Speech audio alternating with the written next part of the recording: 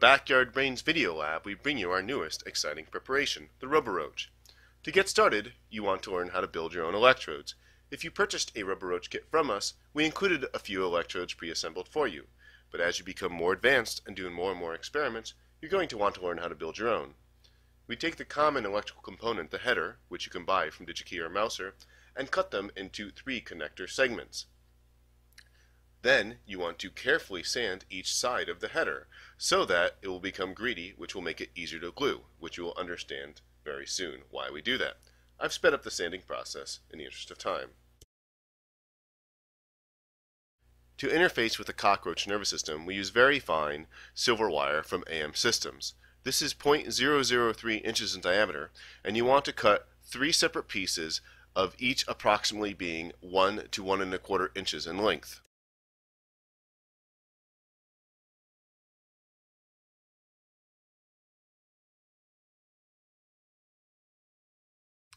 Using a lighter, now burn off approximately 1/8 inch of the Teflon insulation off the silver wire segments you just made.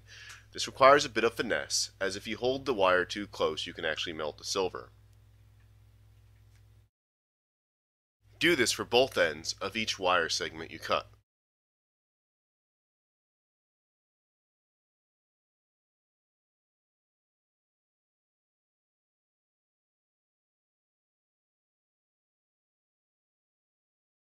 Now to solder the fine silver wire to the connector, we use a standard Radio Shack product with 2% silver in it. We make the silver wire into a loop, and we lay all 3 across the 3 connector segments. Now grab your favorite soldering iron and solder the 3 wires to the 3 connectors. Make sure each connection is distinct and that there are no shorts.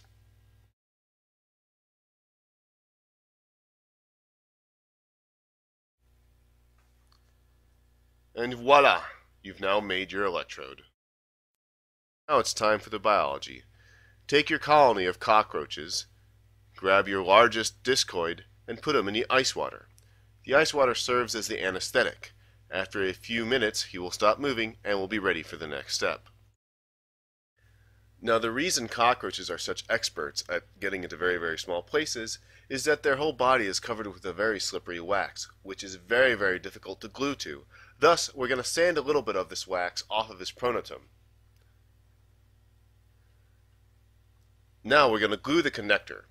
The superglue we enjoy is the Loctite Superglue Control Gel. It's not as runny as normal cyanoacrylate and very, very easy to control. Glue a little bit on his pronotum. Now, carefully place the connector onto the cockroach, with the solder points pointing towards the anterior end.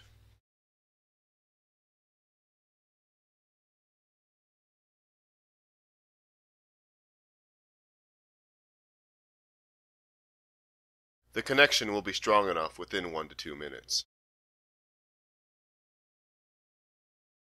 Now for the hardest step of this surgery. I have not figured out an easier way to do this. You need to put your ground wire into the thorax of the cockroach. Carefully splay one of his wings and secure it with silly putty.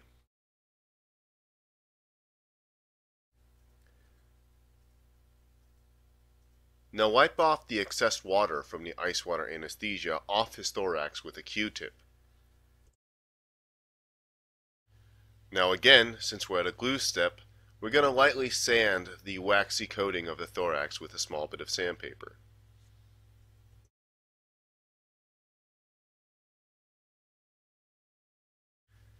And with our Q-tip, we're going to again soak up the excess moisture from the ice water anesthesia. Now with a small needle, you can buy these at the drugstore, you want to lightly poke the exoskeleton of his thorax.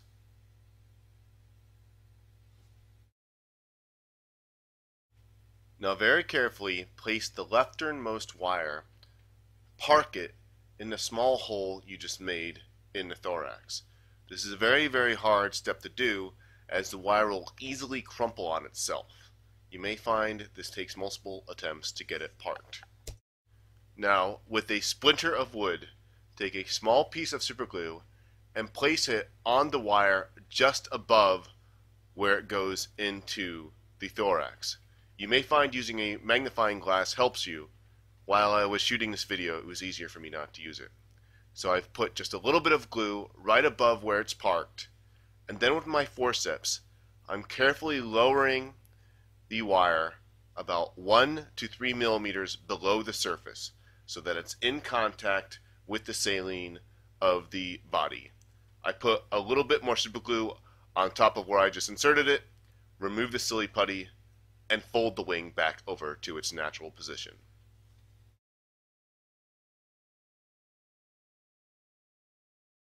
Now is a good time to put the cockroach back in ice water anesthesia for a couple minutes. Now it's time to insert the antenna stimulating wires. Using your forceps, splay the antenna out, and then, with your scissors, cut the antenna down to with only 1/8 to 1/4 inch left. The antenna are hollow, fluid-filled structures with a nerve running down the center. Now you're going to position the middlemost wire to go into the cockroach left side. Park it just into the antenna. Don't put it all the way in.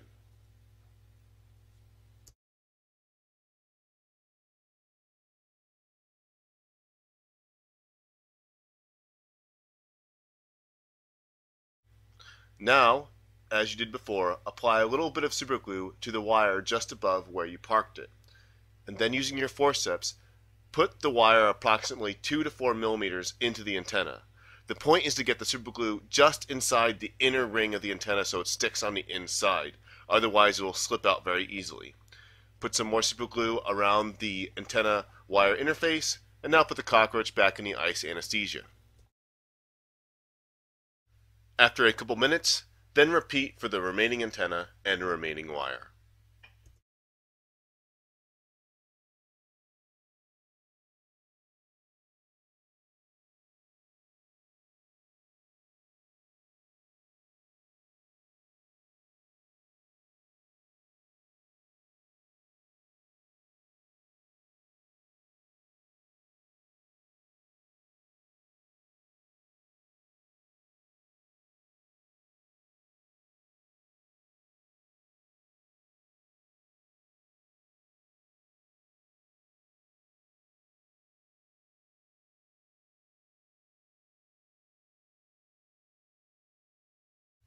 Be careful not to touch the superglue with your fingers, as it will very easily glue to you instead of the cockroach or the silver.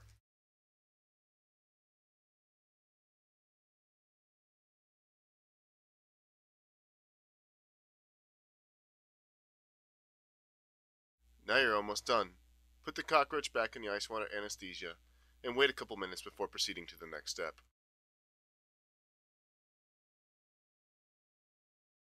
Now it's time to clean up all the excess wire so the cockroach can't pull the wires out. Carefully fold back all the wires until they're in a nice loop on top of the connector.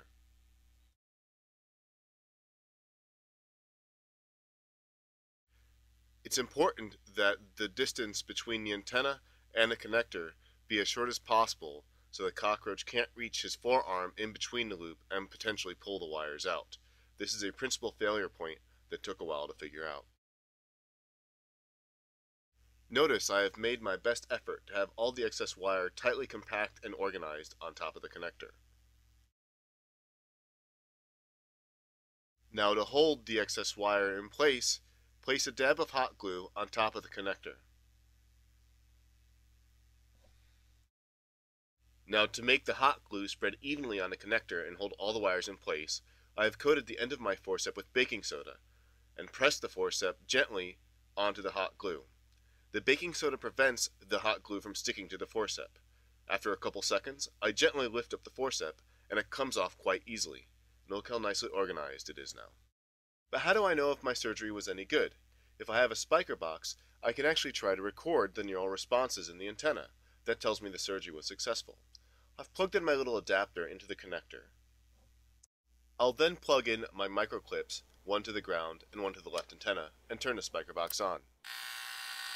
It sounds a bit noisy, so I'm going to turn off all the fluorescent lights to reduce line interference. That semi-random popping you're hearing is the spiking or action potentials of the living neurons in the antenna. I'll try the other side and check as well. The other side sounds good as well. Great neural response. Now it's time for the cockroach to recover. I'll simply put him in his cockroach house and wait, usually overnight. However, if I'm teaching in a classroom and I want him to recover faster, I have a tub of warm water and I put the cockroach in a tub on top of the warm water, and it'll recover within maybe half an hour. Now to test your Roboroach. Take your Roboroach circuit and turn it on by pushing the switch all the way to the right. Make sure your transmitter's on the B channel and press the L and R buttons. If the lights on either side turn on, you know it's working. It's time to plug in the cockroach. Notice that nice wing flapping behavior when I pick him up by the connector. That's a fairly stereotyped behavior that students like to observe to wonder about the mechanics of wing flapping. Now that he's on the table, simply plug in the connector gently. But how do we get it to stay on the cockroach? Take your hot glue again and put a small dab on the underside.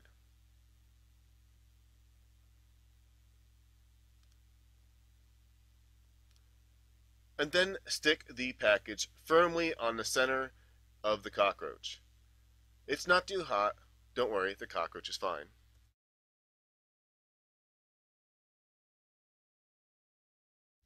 Now place the cockroach on the floor, and when he starts running, start stimulating the left and right sides and see what you observe.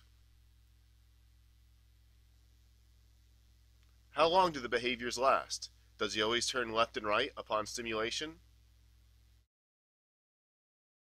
Does the cockroach appear to show any sort of learning or adaptation upon repeated stimulation? Are you competing with any other sorts of behaviors?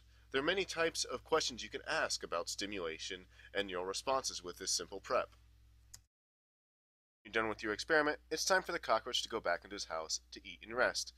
Put him in the refrigerator to slow him down a bit, and then with your forceps, carefully ease the connector from the stimulator package.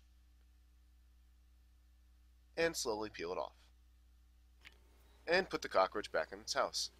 Sorry for that unsightly scar on my hand. I was changing the oil in my Tercel last weekend. Busted knuckles. Now you can start asking independent questions of your own. For example, from your neural engineering class, are biphasic pulses better than direct voltage? Here I've designed a Roboroach where I'm solely providing positive 3 volts to the antenna, and you can notice there's very little effect on the cockroach turning. This tells us that pulses designed to mimic axe potentials are actually more effective. Now here's a confusing result. We have a different species of cockroach, the giant South American fuchsia cockroach, and when you stimulate his left and right antenna, he simply stops. It's more of a break. Why is this? Is there a behavioral reason? Or a stimulation reason? And eventually, the cockroach just ignores it and keeps walking upon stimulation. We're still trying to figure this out. Good luck on your surgeries. You can purchase a Roboroach prototyping kit on our website, backyardbrains.com. We'd love to hear your suggestions on improving the technique, as well as anything you learn. Backyard Brains, neuroscience for everyone.